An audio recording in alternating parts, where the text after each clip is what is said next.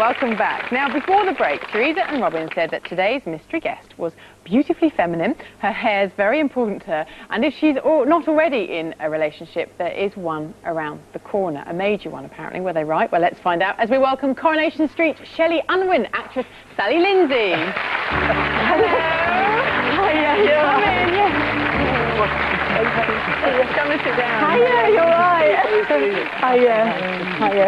What did you make of that? It was really funny about my hair and my jewellery and all that rubbish that I go for. Rubbish? No, for me, you know, because I think it's important. Yeah, it's great. So, I mean, kicking off with the looks, because as when Robin was telling me, sort of model beautifully feminine, fertile. Versatile, I know, I didn't know that. Yeah, you have a high fertility index, which is your first in your hands here.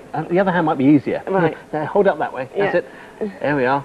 This is very, very long compared with your ring finger. Oh. And medical science is now beginning to prove ladies with a very long index finger are inclined to be extremely fertile. Are you broody?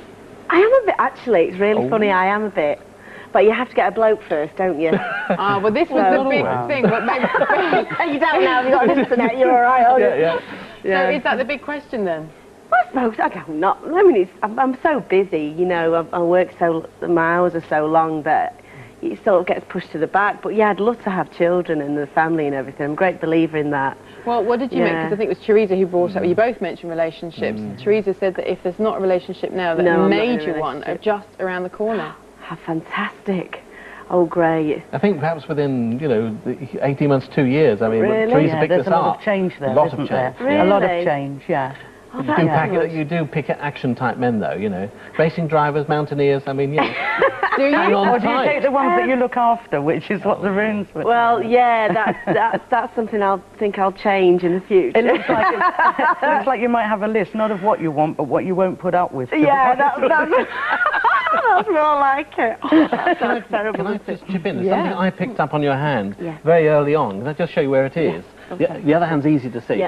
Early on here, the lines actually pull apart very early, about age 13, 14. So there have been some problems here, and this is usually to do with the stomach area and particularly emotions, bearing emotions. Did you have a difficult time there? Well, when I was, it was actually not my stomach, it was to do with my teeth, funnily enough. I had a really bad operation on my teeth that went a bit dodgy, and I was 14 and I was very conscious because I had all this wire and mesh and horrible things happening to me, and I was, you know, as a teenager, you're very conscious anyway, aren't you? And yeah, so it was about that really. I think it was about that because that was when I was 14. Well, it would have upset you emotionally, particularly, and that shows. Oh yeah, it did. I was so conscious and so, you know, I felt I was so ugly. I had like big gaps and wire and stuff. Well, you both picked up on troubled times. I mean, in the teen, I presume, I mean, health-wise that, but what about you both picked up on, you've had troubled times? I think mine was specifically perhaps dealing with emotional problems or making the change from not being such a caretaker, because if you are a caretaker, you are. But saying the next bit of life is for me. And perhaps focusing more on yourself, putting the energy back into you that maybe in the past has been put onto other people. Yeah, that's absolutely true. And I think you get to a certain age, don't you, and go, right, well, well, you certainly have according to this, but what's happening is the energy of that is actually generating something in which is probably better for you than anything you've yet had. That's the interesting thing. Well, that's good. Have you had any readings or anything like this done before? I had one done when I just left, because I went to, I did an English degree because I wanted to be a journalist, so this is a complete change of life. And I went to drama school up here when I was 22, and I left, and I hadn't had an audition or anything, not a sniff. And I went to someone, and she predicted everything that's happened. Wow. So which now I look back and I find absolutely bizarre, because I sort of ignored it at the time, and then things kept coming back and about my job and what I'd do, and don't give up on this route, because I was going to throw it all in, because I thought, well, you know. Is she going to stay on the street? I see it going from strength to strength. Which street, no? IQ, Carol Vorderman's IQ as well.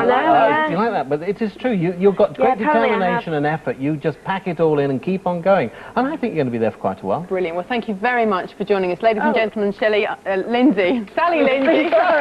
Same name. Shelley Unwin, yes, by another name. Thank you very much for joining us. That was lovely. Now, all week we've been answering questions about the future of the monarchy. Many people have pinned their hopes on Prince William, me included. But what can we reveal about the very private person? Well, our Diane Simpson's been taking a closer look at what his handwriting reveals.